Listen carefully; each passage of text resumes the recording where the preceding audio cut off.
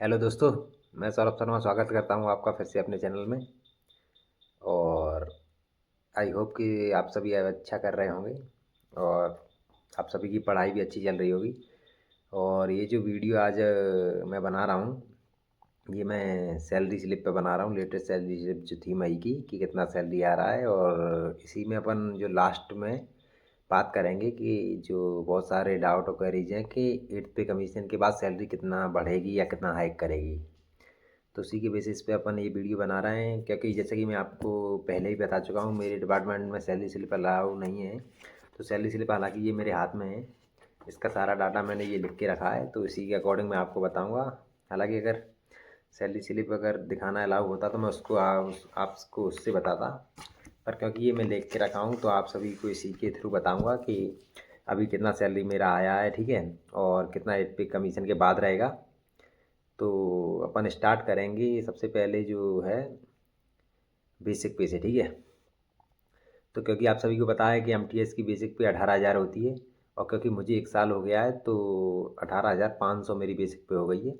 क्योंकि आपको पता है कि इंक्रीमेंट 2 बार लगता है 1 साल में, मतलब अगर इंक्रीमेंट इन द सेंस, जब आप अगर जुलाई से पहले ज्वाइन करते हैं, मतलब आप, तो फिर आपका जनवरी में लगेगा इंक्रीमेंट, ठीक है। और अगर आप जुलाई के बाद ज्वाइन करेंगे तो आपका फिर से आके जुलाई में लगेगा, ठीक है। मतलब 1 साल के अंतर में आपका कम से कम आपकी सर्विस को 8 महीने होने चाहिए, उसके बाद आपका इंक्रीमेंट लगता है। तो सबसे पहले अगर बात करें तो जो मैं बताया कि मेरी बेसिक पे है जो अभी 18,500 चल रही है, उसमें जो डीए है ना, डीए अभी क्योंकि 55% डीए हो गया है, तो डीए है मेरा 10,175 रुपये। और जो मैं बताता हूँ कि इधर अलाउंस मिलता है हमको, तो एक एसपीएल कंपनसेटरी अलाउंस होता है जो 480 रुपये रहता है। मैं हालांकि ये जो अपन लिख के रखा हूँ वो अभी आपको सभी को बताऊँगा लास्ट में। उससे पहले मैं अभी ओरली जस्ट बता रहा हूँ, तो आप लोगों को मोटा मोटा आइडिया लग जाएगा।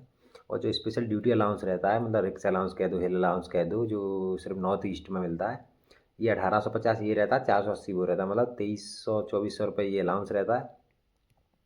इसके बाद टीए हर महीने आपका आता है, लगभग 900 रुपये हमारा टीए आता है।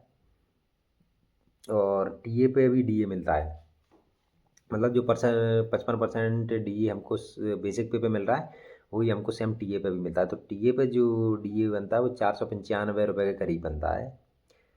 और क्योंकि एचआरए भी 20% है, इधर बाई सिटी में कंसिडर किया गया है मिनिस्ट्री ऑफ डिफेंस के द्वारा इसको शिलोंग में, तो ये 3700 रुपये हमारा एचआरए रहता है, क्योंकि ये बेसिक पे का 20% बनता है, ठीक है। तो 3750, 3700, 3800 ऐसे हमारा एचआरए है, क्योंकि आप सभी को पता है एचआरए तो हमको मिलता नहीं है, क्योंकि हम गवर्नमेंट के अकोमोडेशन में रहते हैं, तो एचआरए तो हमारा सारा काट ही लिया जाता है। पर क्योंकि मैं आपको सैलरी बता रहा हूँ तो उसके लिए मैं आपको सब ये बता रहा हूँ, ठीक है।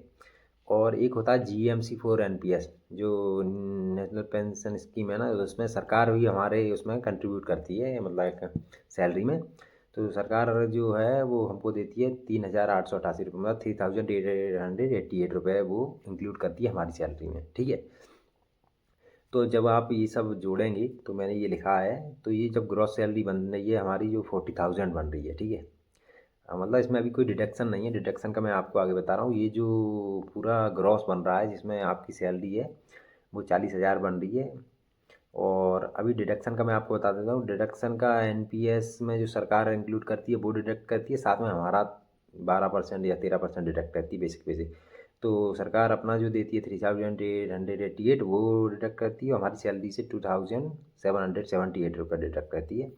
और क्योंकि CGHS का आपको पता है, सेंट्रल गवर्नमेंट हेल्थ स्कीम जो CGHS का रहता है सिविलियन के लिए, उसका 250 रुपये पर मंथ में कटता है इसका, ठीक है। पर मंथ उसका 250 कटता है। और टोटल जो डिडक्शन रहता है वो हमारा रहता है 7,756 रुपये, मतलब 7,756 रुपीज़ ये रहता है।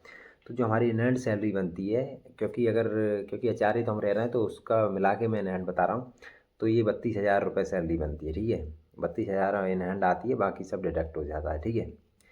अब क्योंकि अब एक मंथ रहता है जुलाई मंथ में आपको एक ड्रेस अलाउंस मिलता है। ड्रेस अलाउंस में आपको लगभग 6,500 रुपीज़ के करीब मिलता है, जो कि नेक्स्ट महीने हमको मिलेगा। तो इससे क्या होता है कि सैलरी उस महीने में, पर्टिकुलरली जुलाई महीने में, सैलरी लगभग 50,000 के करीब पहुंच जाता है ग्रॉस। क्योंकि 6-7 हज़ार रुपये वो मिल जाता है ना, तो आसपास वही पहुंच जाता है। इन्हें भी लगभग 40 आ जाती है, क्योंकि हर साल। और ये जो ड्रेस अलाउंस रहता है, वो भले ही आप ड्रेस पहनते हो या ना पहनते हो, आपको हर साल ये अलाउंस मिलता है। तो जुलाई में ये सबको मिलता है। ये तो थी सैलरी। एक बार मैं आपको ये वीडियो में दिखा देता हूँ, उसके बाद अपन 8th पे कमीशन की बात करेंगे। तो पहले आप आइए ये सब भी देखते हैं। तो ये आपको दिख रही होगी सैलरी, जो मैं ये लिखा हूँ और जो मैं बताया हूँ, सेम वही सैलरी है ये। तो आप सभी इसको देख सकते हैं, ठीक है। ये जो डिडक्शन है सैलरी से, और CGHS का कितना है, टोटल डिडक्शन कितना है, इनहैंड सैलरी कितनी है। आई होप कि आप सभी को ये विजिबल होगा, ठीक है। और अब अपन बात करते हैं 8th पे कमीशन की। तो 8th पे कमीशन में आपको यूट्यूब से ढेर सारी चीज़ें देखने को मिल रही हैं कि 1 लाख सैलरी हो जाएगी, 50 हज़ार सैलरी हो जाएगी, 60 हज़ार सैलरी हो जाएगी। तो इसकी भी कितनी सच्चाई है, ये मैं आप सभी को बताऊंगा। तो 8th पे कमीशन का क्या है कि 8th पे कमीशन में एक फैक्टर डिसाइड होगा, फिटमेंट फैक्टर जिसको कहते हैं, कि मतलब आपका सैलरी कितना इंक्रीज होना है। तो फिटमेंट फैक्टर लगभग बता रहे हैं, जो अभी मैं न्यूज़ में देखता हूँ, 1.92 से 2.50 के सम बीच में रहेगा।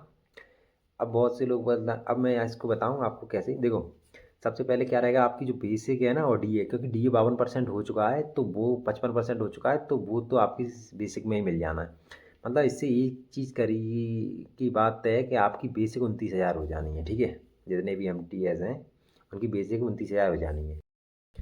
तो आपकी बेसिक पे 29 हज़ार हो जाएगी। और क्योंकि फिर डीए 0 हो जाता है, तो अगर 1.92 का भी सरकार लगाती है ना, तो लगभग आपकी इन हैंड सैलरी में 5-7 हज़ार रुपये का इंक्रीमेंट देखने को मिलेगा। तो जो 8th पे कमीशन क्योंकि डीए 0 हो जाना है, बाकी सब चीज़ें बढ़ जाएंगी। तो मैं आपको ये रफली मोटा मोटा बता देता हूँ।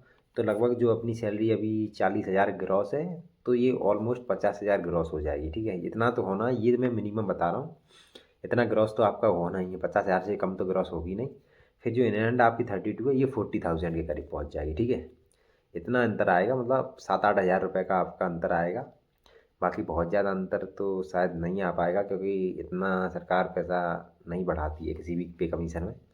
क्योंकि वो सरकार डीए वीए ऐड कर देती है, इसलिए लोगों को लगता है। फिर जब डीए बढ़ना स्टार्ट होगा 2%, 5%, फिर आपका, हाँ, फिर आपको एक अमाउंट अच्छा देखने को मिलेगा अपनी सैलरी में।